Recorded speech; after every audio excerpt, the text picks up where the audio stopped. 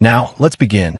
The late afternoon sun filtered through the blinds of Gordon Buchanan's study, casting stripes across the mahogany desk where he sat reviewing architectural plans for a veterans community center.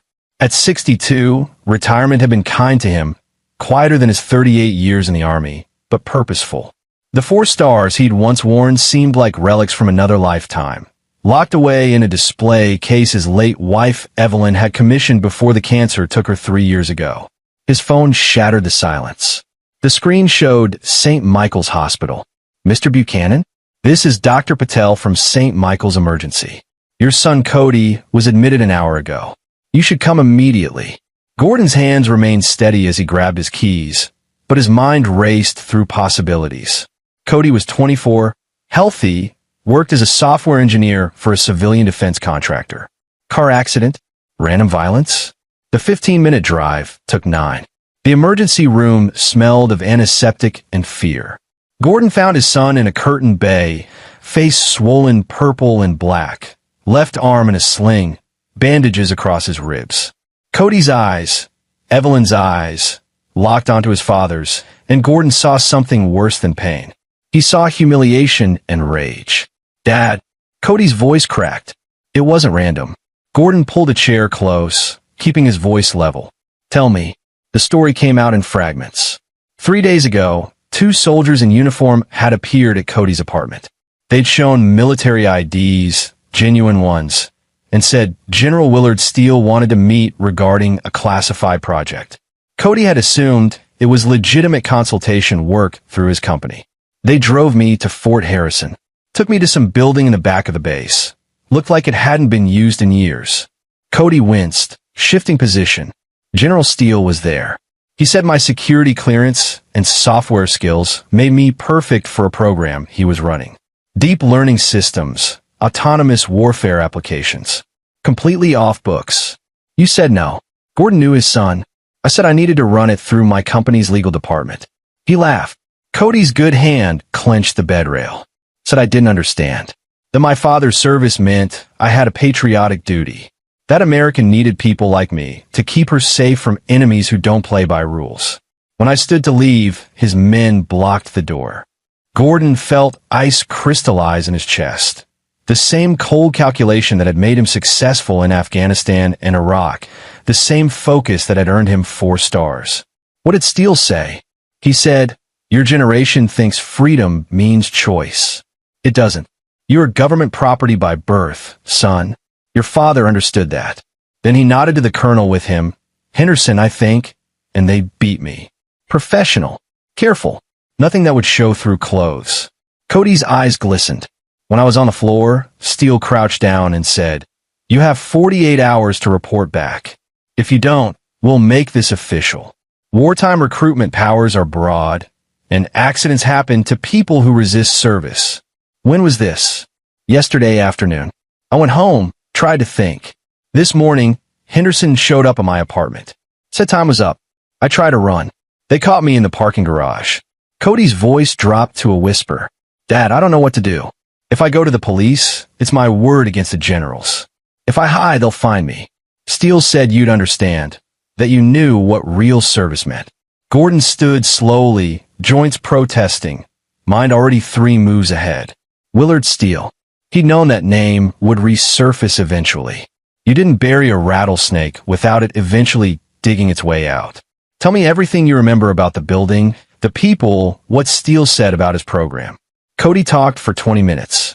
Gordon recorded it on his phone, took notes, asked precise questions that made the younger Buchanan realize his father was operating on a different level now. Not the retired architect who barbecued on Sundays, but something older and more dangerous. When Cody finished, Gordon pocketed his phone. "You're going to stay with your Uncle Ray in Montana for 2 weeks. I'll make the arrangements tonight. You'll fly out tomorrow after the doctors clear you." "Dad, what are you going to do?" Gordon remembered Evelyn's funeral, Cody's eulogy about his mother teaching him that strength meant protecting those who couldn't protect themselves. He remembered holding Cody as a newborn at Fort Bragg, promising Evelyn he'd never let this boy grow up in a world where bullies won. "I'm going to handle it. If you go to the authorities..." "I won't." Gordon's voice carried the weight of command, the tone that had once directed divisions. Steele is right about one thing. Rules protect the powerful. But he forgot something important. He squeezed his son's shoulder gently. I taught him everything he knows about bending rules. I didn't teach him everything I know.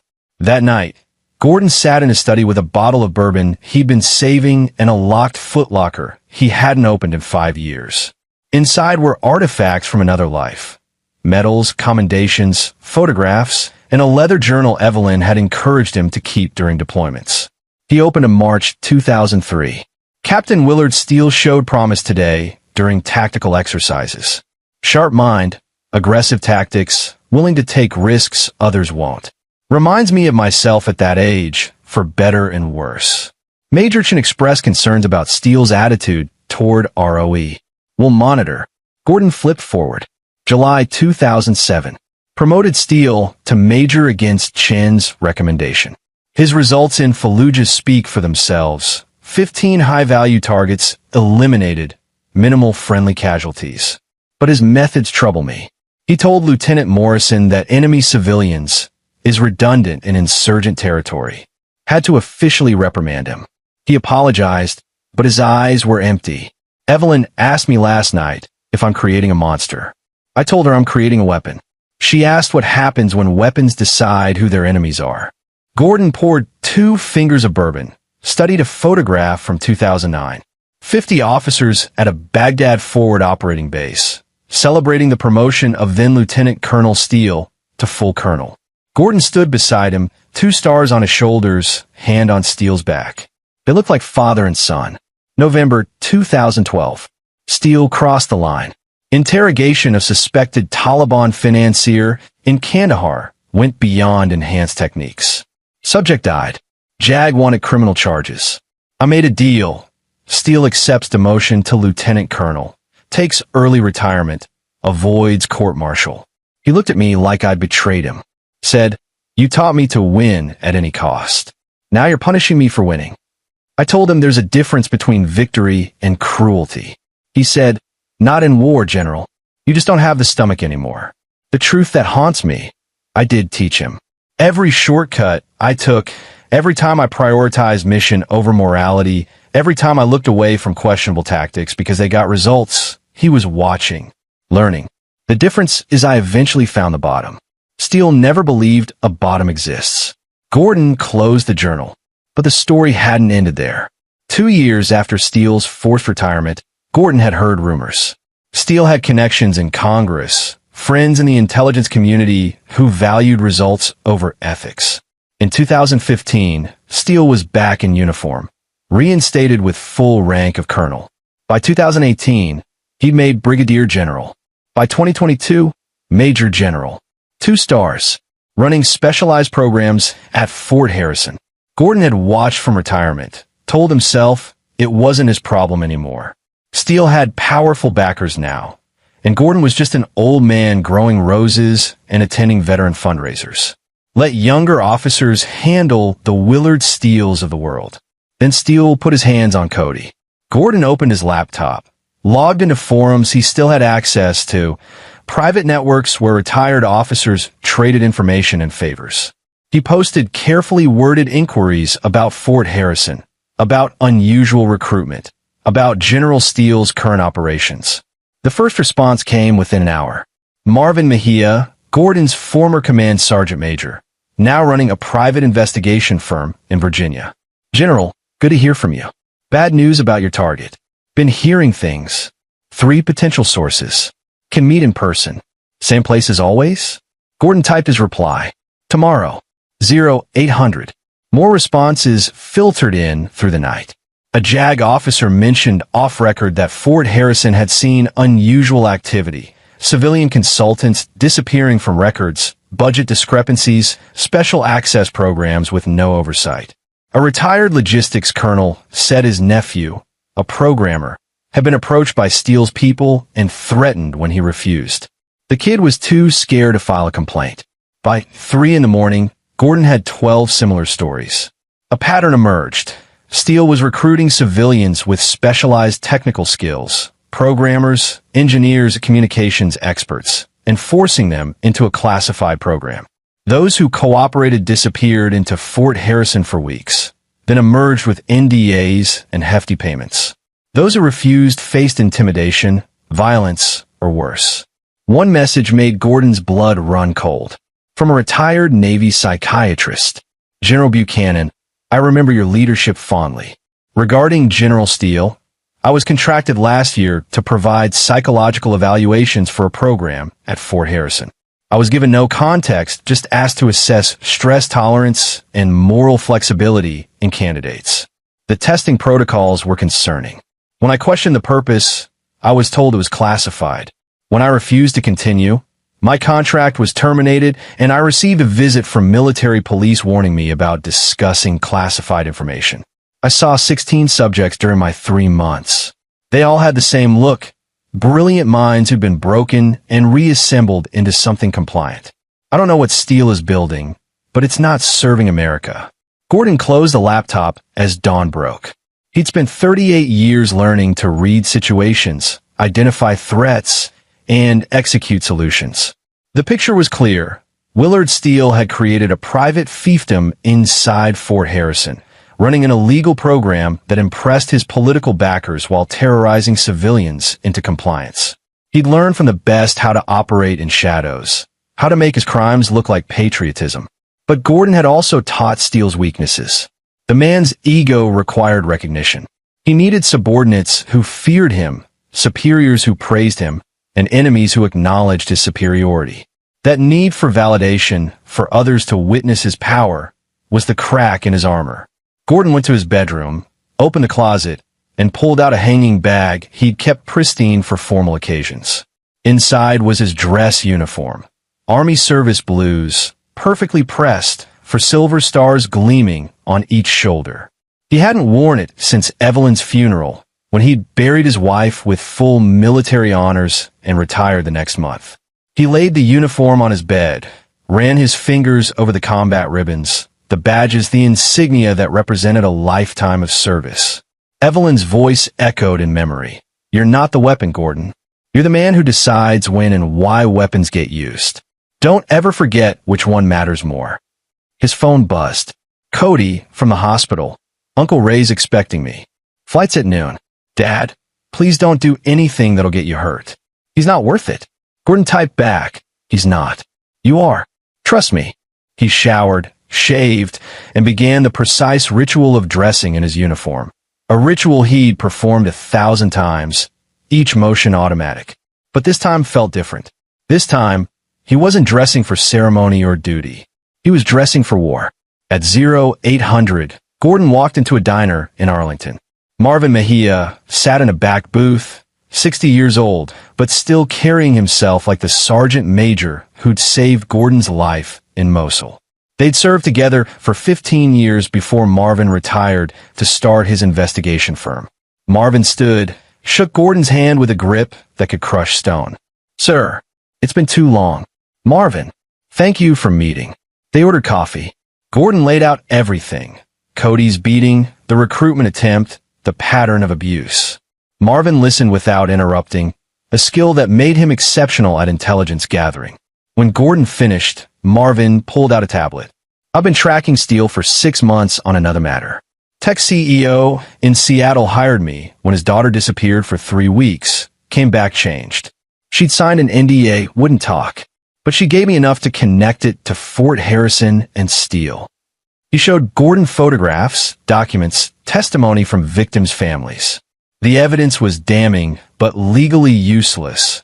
NDAs, classified program protections, and Steele's powerful backers made traditional justice impossible. He's bulletproof, sir, Marvin said quietly. Unless you have video of him murdering someone, he's untouchable through official channels. And even then, he might walk. Gordon sipped his coffee. Then we don't use official channels. What's your play? I'm going to Fort Harrison. I'm going to walk onto that base in full uniform, with my 4 stars visible. I'm going to find Steele, and I'm going to make him understand what happens when you touch my son. Marvin's expression didn't change. That's not a plan, sir. That's suicide. It's both. But here's what you're going to do while I'm playing the visible target. Gordon pulled out a flash drive. Everything I gathered last night, plus Cody's testimony, is on here. You're going to get this to someone who can act on it. Someone Steele hasn't corrupted yet. Who? Daryl Washington. He's the 3-star commanding Fort Harrison now. Took over 8 months ago. We served together in Afghanistan. He's clean, principled, hates officers who abuse power. He's also smart enough to know that Steele's operation is a cancer that'll eventually destroy his command. What if Washington's in on it? Then I die in Steele's office, and you take everything to the media. Gordon met his old friend's eyes. But I don't think he is. Steele's too paranoid to read in his base commander. He'd see Washington as potential threat, keep him compartmented. Marvin nodded slowly. You need backup? I need you to be ready to move fast if I succeed. Evidence package prepared, contacts at DOD ready to receive it, media outlets briefed. The moment I walk out of Steele's office, or don't, everything goes live. And if Steele kills you? Gordon smiled without warmth. Then he'll have murdered a 4-star general on a military installation. Even his backers can't cover that up. Either way, he loses. They spent 2 more hours planning. Marvin had resources Gordon lacked, surveillance equipment, encrypted communications, contacts in military intelligence who owed favors. By the time they finished, Gordon had a complete intelligence picture of Fort Harrison's layout, Steele's daily routine, and the identities of his key subordinates. As they prepared to leave, Marvin gripped Gordon's shoulder. Sir, in Mosul, you told me that the measure of a man isn't how he fights for victory. It's how he fights after victory's impossible. I remember. This is that kind of fight. Steele might win. The system might protect him. You might end up court-martialed or worse. Gordon thought of Cody's battered face, Evelyn's voice, the 16 victims the Navy psychiatrist described. Then I'll go down fighting. Some things are worth the cost. Hua, General. Hua, Sergeant Major. Gordon drove home and made arrangements for Cody's departure. His son called from the airport, voice still tight with pain. Dad, Uncle Ray said you're doing something dangerous. He wouldn't say what. Your uncle worries too much. Dad, I can live with what happened to me. I can't live with you getting hurt because of it. Gordon looked at the uniform laid out on his bed. Cody, when you were 8, you asked me why I kept going back to war. Do you remember what I said? You said some people have to stand between wolves and sheep. That you were a sheepdog. I lied. I was never sheepdog. I was just another wolf, fighting wolves.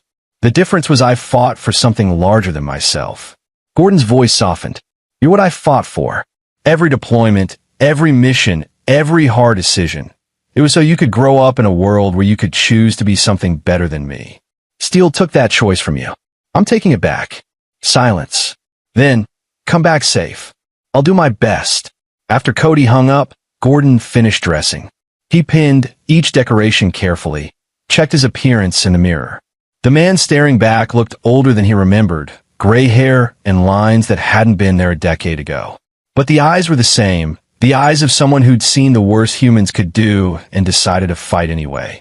He drove to Fort Harrison as the sun climbed toward noon, the base 40 minutes outside the city. He'd called ahead using old authorization codes, informed the gate he was conducting an unannounced inspection of classified programs. The codes were technically expired, but guards rarely questioned 4-star generals who acted like they belonged. Fort Harrison sprawled across 3,000 acres of Virginia woodland, a mixture of modern facilities and Cold War-era bunkers. Gordon navigated from memory and Marvin's intelligence, heading toward the southeastern quadrant where Steele's operation was supposedly housed. The guard at the main gate snapped to attention when he saw the uniform, eyes widening at the 4 stars. General, we weren't informed. That's the nature of unannounced inspections, soldier. Open the gate. Sir, yes, sir. The young private practically threw himself at the controls. Gordon drove through, feeling the weight of 2 decades dissolve as he returned to a world he'd left behind. Soldiers on the ground stopped and saluted. Some of the older NCOs did double takes, recognizing him. Word would spread fast that a 4-star was on base. Steele would know within 30 minutes. Good. Let him sweat. Gordon didn't drive straight to Steele's command building. Instead, he followed Marvin's intelligence to an old administrative complex on the base's edge, Building 47, supposedly decommissioned but showing signs of recent use. This was where Cody had been taken, where Steele ran his illegal program. He parked and walked to the entrance.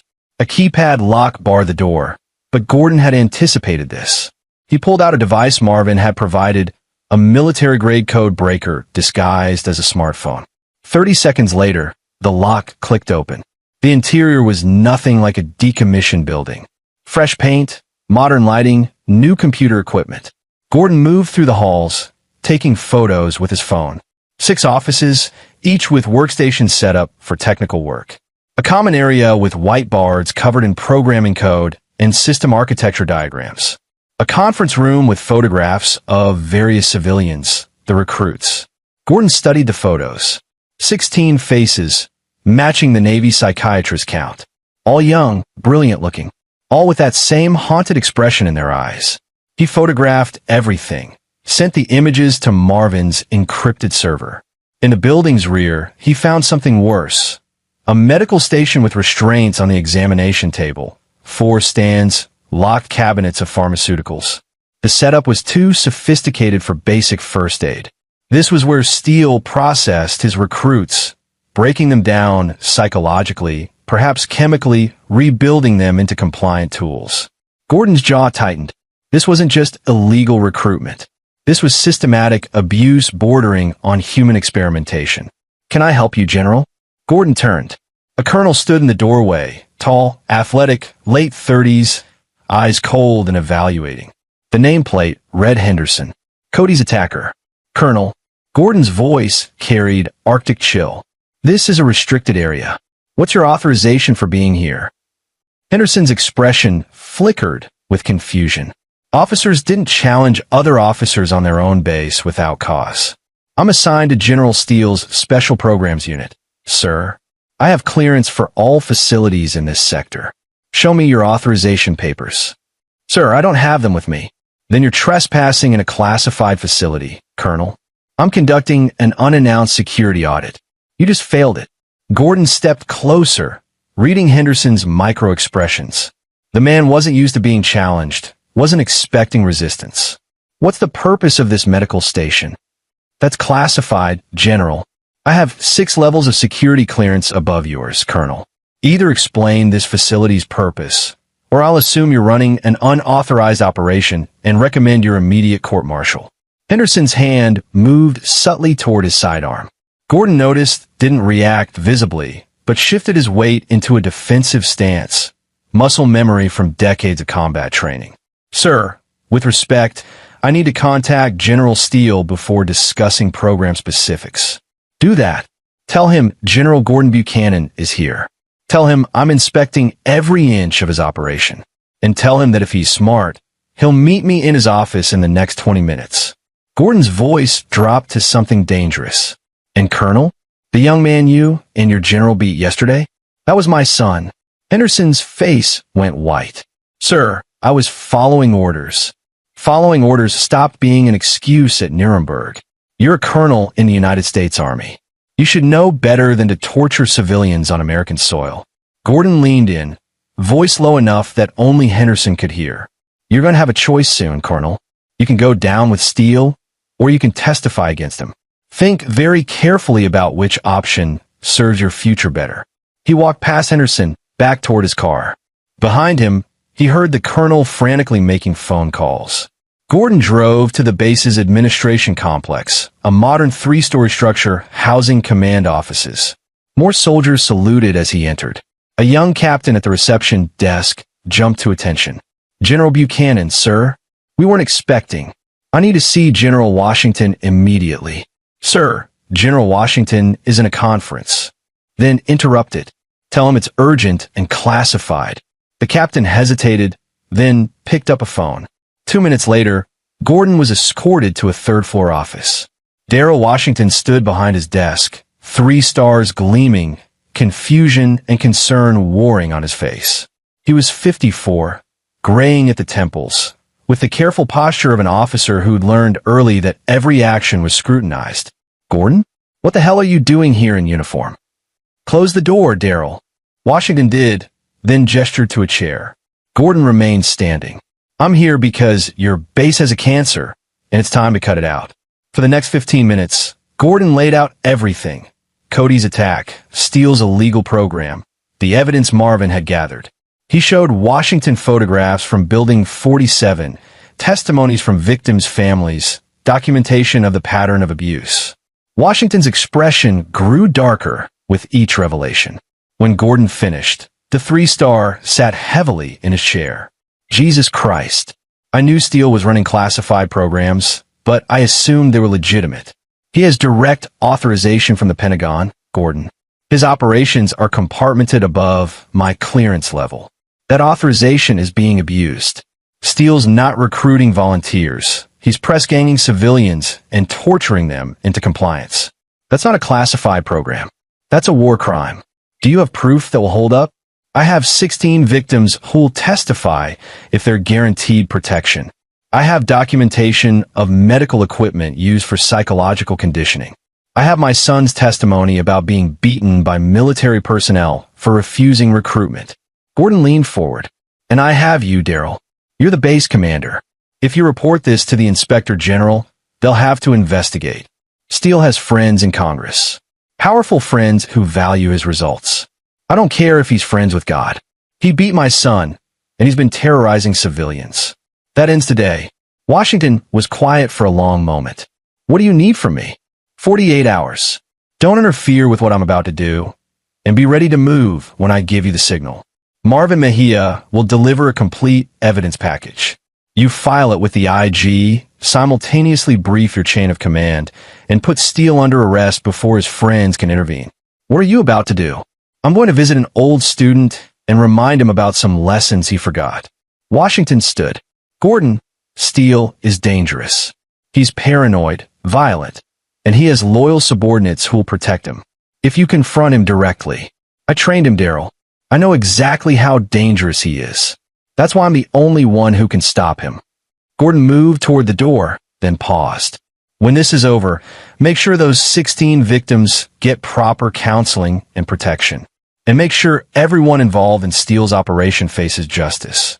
Not just him, but every officer who enabled this.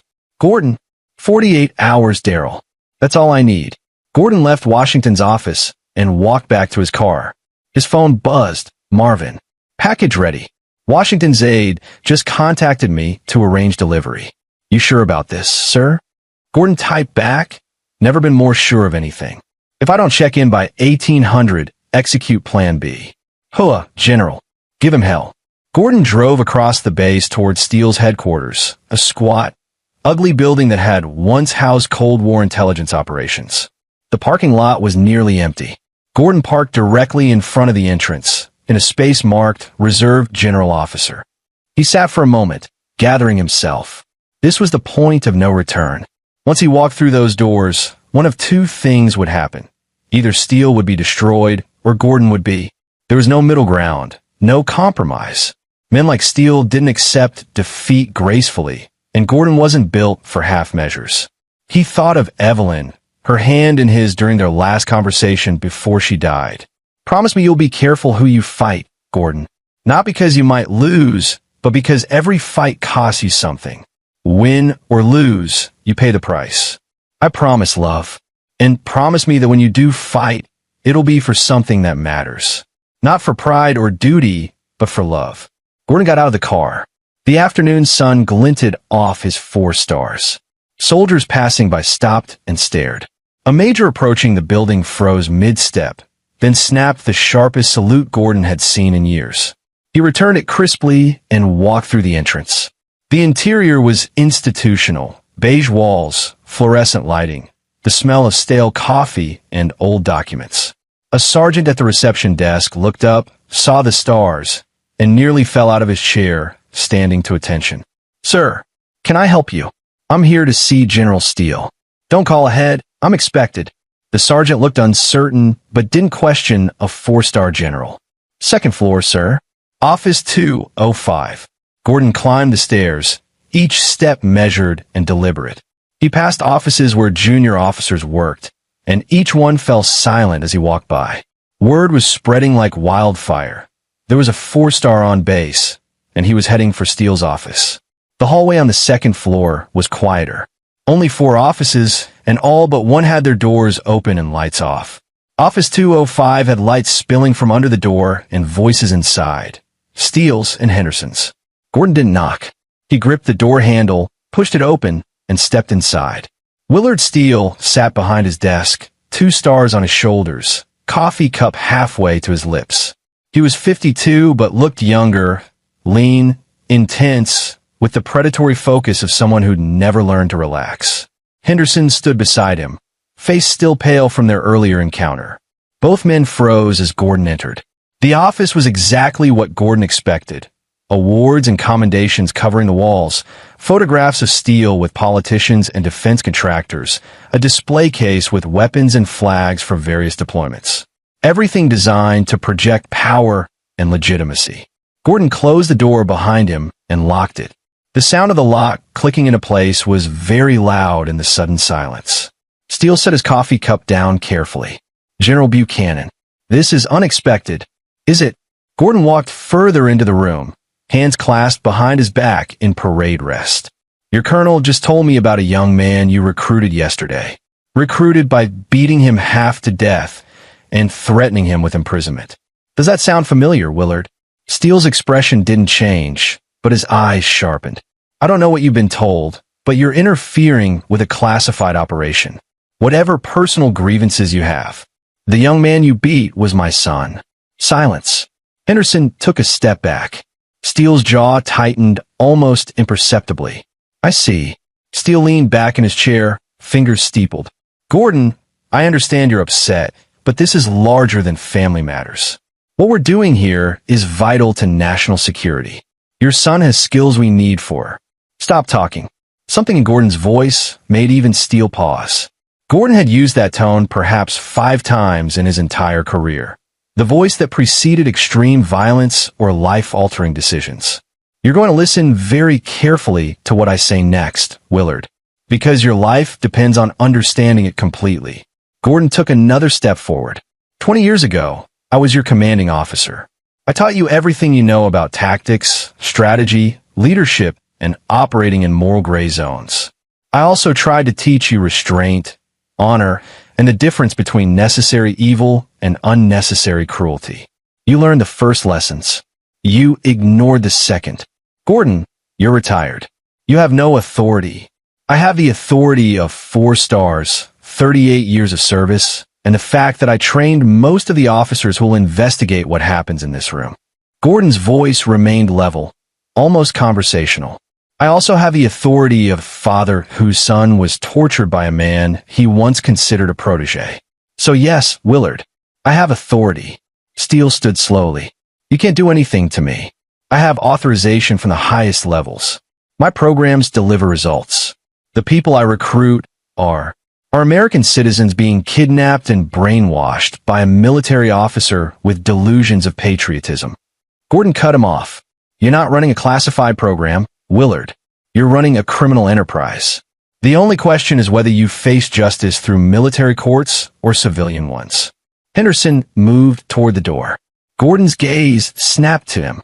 Colonel, if you touch that lock, I will put you through that wall. Stand down. Henderson froze. Steele smiled, a thin, cruel expression. You're bluffing, Gordon. You always were more bark than bite. That's why I eventually surpassed you. I was willing to do what was necessary. You mean like torturing my son? I mean like understanding that America needs warriors, not philosophers. You spent too much time worrying about rules and ethics while our enemies laughed at us. I get results. I protect this country by any means necessary. By beating civilians and press-ganging them into service. By recognizing that in a total war, there are no civilians, only assets and threats. Steele's voice rose slightly, revealing the fanatic underneath the professional veneer. Your generation lost Vietnam and tied our hands in Iraq because you were afraid of being too harsh. My generation understands that victory requires sacrifice, sometimes from people who don't volunteer for it. Gordon nodded slowly. There it is.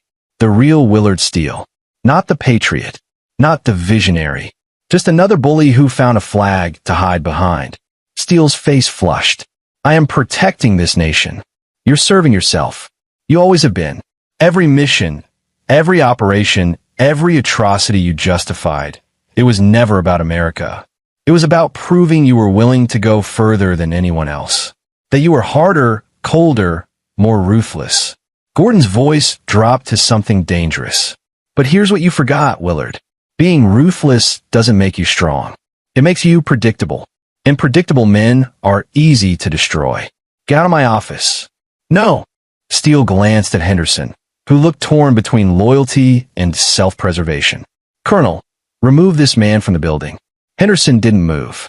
Colonel, that's an order. Sir. Henderson's voice wavered. General Buchanan outranks you. He outranks both of us. He's retired. His rank means nothing here. Gordon smiled without warmth. Actually, retired generals retain their rank and are subject to recall during national emergencies. Enforced recruitment of civilians by rogue military officers definitely qualifies as an emergency. He pulled out his phone, showing the evidence photos from Building 47. I've also documented your entire operation. The medical station, the restraints, the drugs. The 16 victims you processed. All of it is already in the hands of the Inspector General, the base commander, and several military prosecutors. Steele's face went pale. You're lying. Am I? Call General Washington. Ask him if he just received a classified evidence package from Marvin Mejia. Gordon pocketed his phone. You're finished, Willard. The only question now is whether you surrender quietly or make this messy. Court-martial is too good for you, but it's what you're going to get. For a long moment, no one moved. The office felt suspended in time.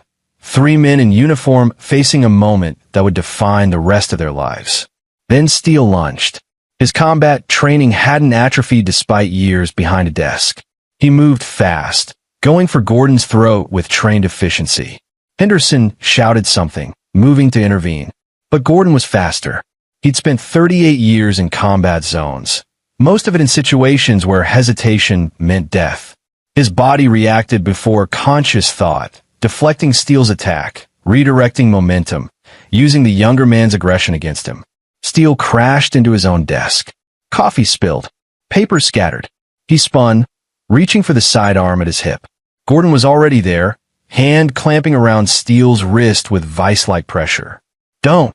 They stood frozen, Gordon's superior leverage and positioning controlling the situation despite being older and theoretically weaker. Years of Brazilian Jiu-Jitsu and Krav Maga training, skills Gordon maintained even in retirement, gave him advantages Steele had forgotten Gordon possessed. Stand down, General, Gordon said quietly. Don't make me hurt you. You can't. Steele's face was red with exertion and rage. I'll destroy you, my connections. Your connections won't save you from what's coming. It's over. Henderson stood paralyzed by the door, hand on his own sidearm, but clearly uncertain whether to draw it. Gordon looked at the colonel. Henderson, you have a choice. You can go down with Steele as an accomplice to torture, kidnapping, and abuse of power. Or you can testify against him, cooperate with investigators, and possibly save your career. Choose quickly. Colonel, Steele hissed. Shoot him. That's an order. Henderson's hand trembled on his weapon. Gordon could see the calculation happening behind the man's eyes. Loyalty versus survival. Duty versus self-preservation. The colonel's hand moved away from his gun. Sir, I can't. This is wrong. All of it. You traitor. Gordon increased pressure on Steele's wrist. The joint made a small popping sound. Steele gasped in pain, his grip on the sidearm weakening.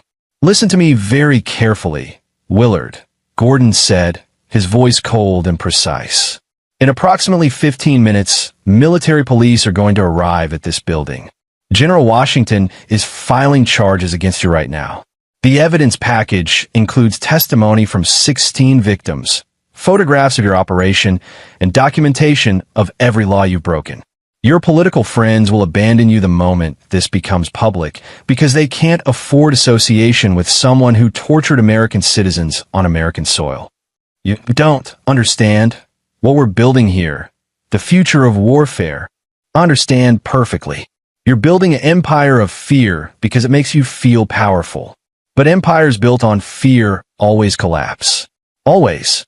Gordon released Steele's wrist and stepped back. You're under arrest, General. And unlike the lives you've destroyed, you'll actually get due process. Lucky you.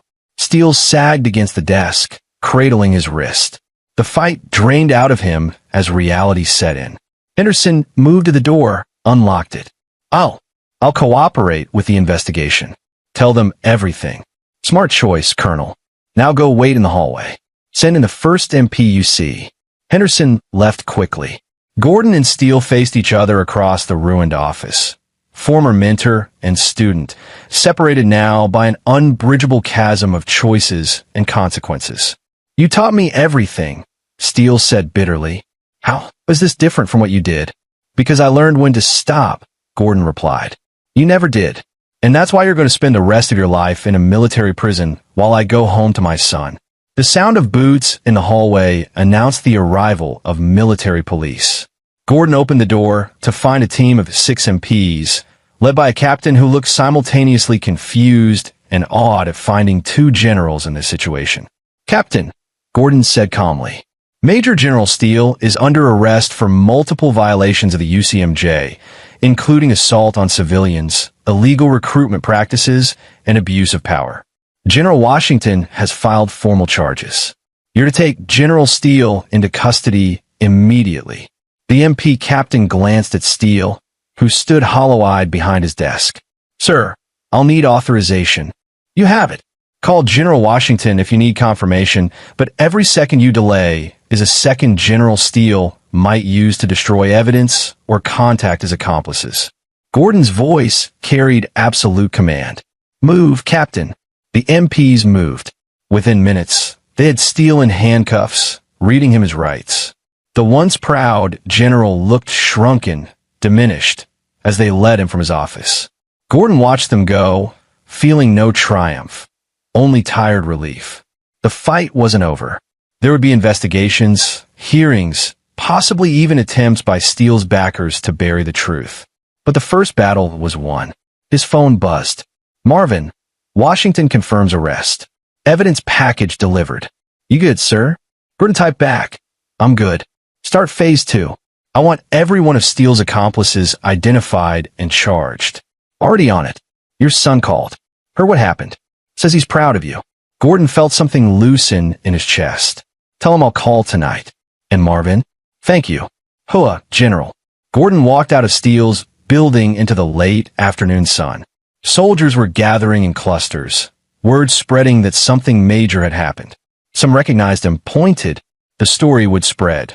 The legendary 4-star who came out of retirement walked onto a base in full uniform and brought down a corrupt general. Let them talk. Let the story spread. Let every officer who thought they could abuse power hear what happened when they crossed the wrong line. Gordon drove to the base gate, returned the salutes of guards who now knew exactly who he was. He felt older than his years, tired from the confrontation and the weight of what he'd done. Violence, even justified violence, took something from you each time. But as he drove home, he thought of Cody recovering in Montana, of the 16 victims who could now seek justice, of the future soldiers who wouldn't be victimized by Steele's operation. Some fights were worth the cost. The next 3 weeks moved quickly. Steele's arrest triggered exactly the investigation Gordon had predicted. Initial attempts by his political backers to suppress the story failed when Marvin leaked evidence to major news outlets. The scandal exploded across military and civilian media. Rogue General's secret program tortured civilians. Gordon spent days testifying before military prosecutors, Inspector General investigators, and eventually a Senate Armed Services Committee hearing. He laid out everything in meticulous detail, supported by Marvin's evidence and testimonies from Steele's 16 victims. Henderson, true to his word, cooperated fully. He provided detailed accounts of Steele's operation, identified other officers involved, and described the systematic abuse Steele had employed. In exchange for his testimony, Henderson received a reduced sentence, dishonorable discharge, and 2 years in military prison rather than the 10 he'd have faced as Steele's accomplice. 7 other officers were identified as knowing participants in Steele's program. All faced court-martial. The trials would take months, but Gordon made sure Marvin and his team tracked every case, documenting outcomes and ensuring no one escaped justice. Cody returned from Montana after 2 weeks, physically healed but mentally processing the trauma. Father and son spent evenings on Gordon's porch, talking about what happened and what it meant. "Do you regret it?"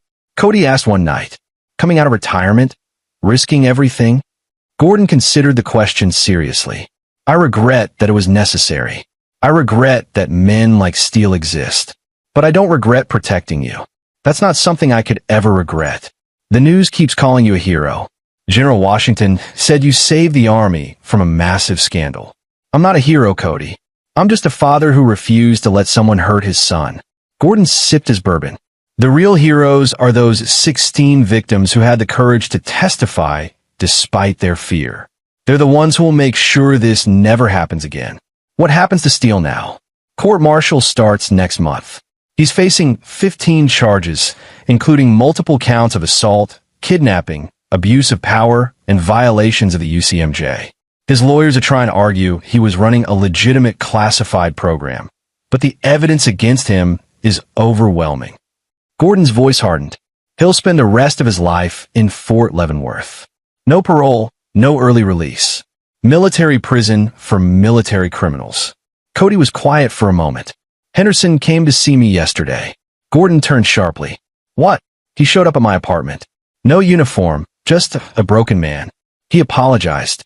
Said he knew it didn't fix anything, but he needed to say it." Cody's expression was complex. "He said you gave him a chance to do the right thing, and he wanted me to know he was grateful for that. That he wished he'd done the right thing before you forced him to." "What did you tell him?" "I told him I appreciated the apology, but that it would take a long time before I could forgive him. If ever." Cody met his father's eyes. "Was that okay?" "That was perfect. Forgiveness isn't something you owe anyone, son. It's something you give when and if you're ready." The days stretched into weeks. Gordon returned to his retirement routine. Architecture projects, veterans organizations, quiet mornings with coffee and newspapers. But something had changed. He felt more present, more purposeful. Evelyn's death had hollowed him out, made him uncertain of his place in the world. Confronting Steele had reminded him that even in retirement, even in grief, he still had something to contribute. 6 weeks after Steele's arrest, Gordon received a visitor. General Darrell Washington appeared at his door in civilian clothes, looking uncomfortable. "Darrell, didn't expect to see you. Can I come in?" They sat in Gordon's study, the same room where this had all begun. Washington looked around at the photographs, the books, the quiet dignity of a life well lived. "I came to apologize," Washington said finally. "I should have known what Steele was doing. I'm the base commander. It was my responsibility to know. You were compartmented out intentionally. Steele was smart enough to hide his operation from oversight.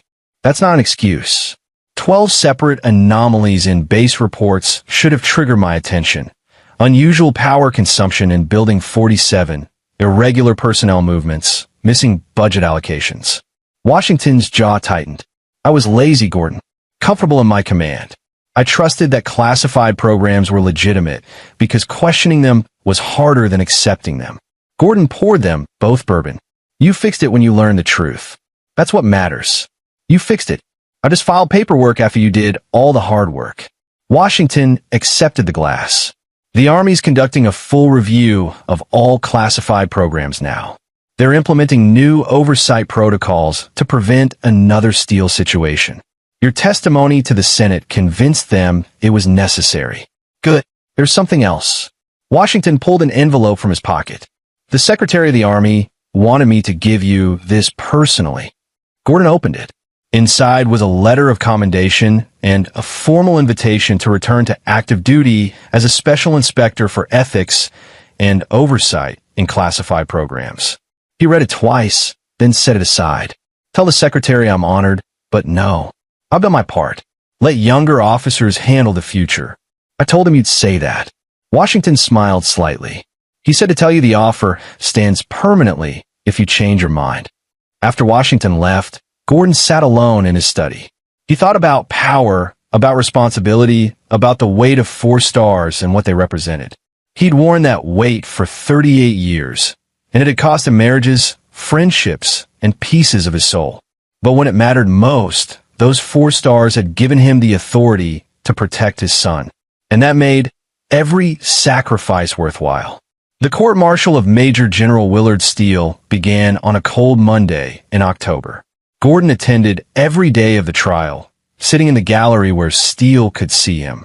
The prosecution was thorough and ruthless, laying out years of abuse with meticulous evidence. Steele's defense tried to argue national security necessity, but crumbled under testimony from victims. One by one, the 16 people Steele had brutalized told their stories. The courtroom was silent as a young programmer described being waterboarded in Building 47's medical station. A female engineer testified about weeks of psychological torture designed to break her resistance. When Cody took the stand, Gordon watched his son describe his abduction and beating with clear, precise language. Cody didn't embellish or dramatize. He simply told the truth. And the truth was damning enough. Steele's lawyers tried to discredit the testimony, suggesting the victims were confused or exaggerating. But Marvin's evidence, photographs, documents, testimonies from Henderson and other accomplices, corroborated every detail. The trial lasted 3 weeks. The verdict took the jury 4 hours to reach. Guilty on all 15 charges. The sentencing hearing was brief. The presiding judge, a 3-star general who'd served with Gordon in Iraq, looked at Steele with undisguised contempt. Major General Steele, you have been found guilty of crimes that betray everything the United States military stands for. You tortured civilians. You abused your authority. You brought shame upon the uniform you wore and every soldier who serves honorably. The judge's voice was iron. You will be stripped of rank, dishonorably discharged, and sentenced to 45 years confinement at the United States Disciplinary Barracks, Fort Leavenworth, with no possibility of parole. Steele showed no emotion as guards led him away. But as he passed Gordon in the gallery, their eyes met. Gordon saw no remorse there, no understanding of what he'd done wrong. Just bitter resentment and the hollow certainty that he'd been betrayed by a world too weak to appreciate his vision. Outside the courthouse, Gordon stood with Cody and Marvin as reporters shouted questions. General Buchanan, how does it feel to see justice served? General, did you ever think about taking the law into your own hands? Will you return to active duty? Gordon raised a hand, and the questions died down. I'll say this once. Major General Steele's conviction isn't about revenge or justice for one family. It's about protecting every American citizen from military officers who forget they serve the people, not themselves. My son and the other victims showed tremendous courage in testifying. They're the real heroes in this story. But, General, you're the one who stopped Steele. I wore a uniform and did my job. That's all. Now, if you'll excuse me, I'd like to take my son to dinner. They walked away from the cameras to Gordon's car. Marvin clapped him on the shoulder. Hell of a speech, sir. I meant every word. I know you did. That's why it worked. Marvin glanced at Cody. You doing okay, kid? Getting there, Cody said. Therapy helps. Knowing Steele can't hurt anyone else helps more. They drove to a quiet restaurant Gordon favored, one where the staff knew not to bother him for autographs or stories. Over steaks and beer, they talked about everything except the trial, about Cody's new job with a different company, about Marvin's growing investigation firm, about Gordon's plan to finally finish the Veterans Community Center he'd been designing. As dinner wound down, Cody raised his glass. To Dad, for teaching me that standing up to bullies is always worth it, even when it costs you something. Marvin raised his glass. To General Buchanan, best commander I ever served under, and the man who reminded us all that honor isn't a weakness. Gordon clinked glasses with both of them. To family, blood and chosen, the only thing worth fighting for. They drank, and Gordon felt something settle in his chest, a sense of completion, of cycles ending and new ones beginning. Evelyn would have been proud of how Cody had handled this ordeal. She would have been proud of Gordon too, though she'd have chided him for the violence in Steele's office. Sometimes violence is necessary. Love, he thought toward wherever she was. But you taught me to make sure it's always for the right reasons. I think I got this one right. 6 months later, Gordon stood at the dedication ceremony for the Veterans Community Center he'd designed. The building was beautiful, modern but warm, with spaces for counseling, job training, social gatherings, and medical care. It represented everything he believed about service. That it didn't end when you took off the uniform, that you cared for those who'd sacrificed alongside you. Cody stood beside him, fully healed now, new confidence in his bearing. The young man had started a nonprofit helping victims of military abuse navigate the legal system and access support services. He'd found purpose in his trauma, transformed it into something constructive. Mom would have loved this, Cody said quietly, looking at the building. She designed half of it, Gordon replied. I found her sketches in old files, ideas she'd had about what veterans really needed. I just finished what she started. The ceremony concluded with Gordon cutting a ribbon while reporters photographed and applauded. Former soldiers who'd benefit from the center shook his hand, thanked him for everything he'd done, not just the building, but the example he'd set. As the crowd dispersed, Gordon noticed a figure standing apart, a man in civilian clothes, mid-30s, watching with intense focus. The man approached hesitantly. General Buchanan? I'm Martin Tracy. I was one of Steele's victims. Number 7. Gordon shook his hand. Martin, how are you doing? Better, thanks to your son's organization. They helped me get therapy, connected me with other survivors. Martin's voice shook slightly. I wanted to thank you for stopping Steele, for making sure we weren't forgotten. You were never forgotten, Gordon said firmly. What happened to you and the others was a crime. You deserve justice, and I'm glad you got it. Can I ask you something? Of course. When you walked into that office, locked the door, were you afraid? Gordon considered the question honestly. Terrified. Not of Steele, of failing, of not being enough to stop him. But fear doesn't excuse inaction. Sometimes you have to be afraid and do the right thing anyway. Martin nodded slowly. That's what I'm learning. Thank you, General, for everything. As Martin walked away, Cody put a hand on Gordon's shoulder. Still think you're not a hero? I'm a father who protected his son. Everything else is just consequence. You protected 16 people, Dad. You reminded the military that it serves the people, not itself. You proved that even the most powerful can be held accountable. Cody's voice was firm. That's the definition of heroism. Gordon looked at his son. This good, principled young man who'd survived trauma and emerged stronger, and felt pride beyond words. This was his real legacy. Not the battles won or the enemies defeated, but the values passed down to someone who'd carry them forward. Your mother and I did something right with you, he said finally. You did a lot right, Cody replied. Now come on. Marvin's waiting to give you grief about your speech. Apparently you thanked everyone except him. They walked toward where Marvin stood with other veterans, and Gordon felt something he hadn't felt since Evelyn died. Contentment. Not happiness. That was still too far away, too much grief to process, but a sense that his life still had meaning, still had purpose. The 4 stars were back in their case at home. The uniform hung in the closet, worn now only for formal occasions. But the man who'd earned those stars, who'd served 38 years, who'd made mistakes and learned from them, who'd stood up when it mattered most, that man was still here, still fighting, still protecting, still serving, just in quieter, more personal ways. And as Gordon joined his son and friends in laughter and fellowship, surrounded by veterans whose lives had been changed by his work, he knew Evelyn was watching and smiling. The wolves could be beaten, the sheep could be protected, and even in retirement, sheepdogs still had teeth. In a small cell at Fort Leavenworth, Willard Steele sat on his bunk, staring at walls that would be his world for the next 4 decades. The military prison was harsh but fair. No special treatment for disgraced generals. No respect for rank that had been stripped away. Other prisoners knew who he was, what he'd done. Word spread fast in places like this. He'd been jumped twice in the first month, beaten with the same casual efficiency he'd once employed against civilians. The guards had intervened eventually, but not quickly. Never quickly. He'd filed complaints, demanded investigations, insisted on protective custody. The warden, a colonel who'd once served under Gordon Buchanan, had looked at him with cold eyes and said, "You wanted people to understand they were government property, General. Welcome to being property."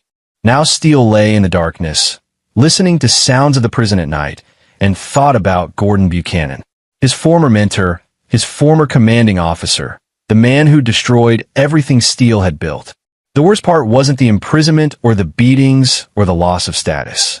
The worst part was understanding, finally, what Gordon had tried to teach him 20 years ago, that power without accountability was tyranny, that strength without compassion was cruelty, that victory without honor was just another form of defeat.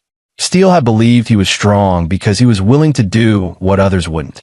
He'd thought his ruthlessness made him superior. His willingness to cross lines made him necessary. But lying in this cell, stripped of everything that had defined him, he finally understood the truth.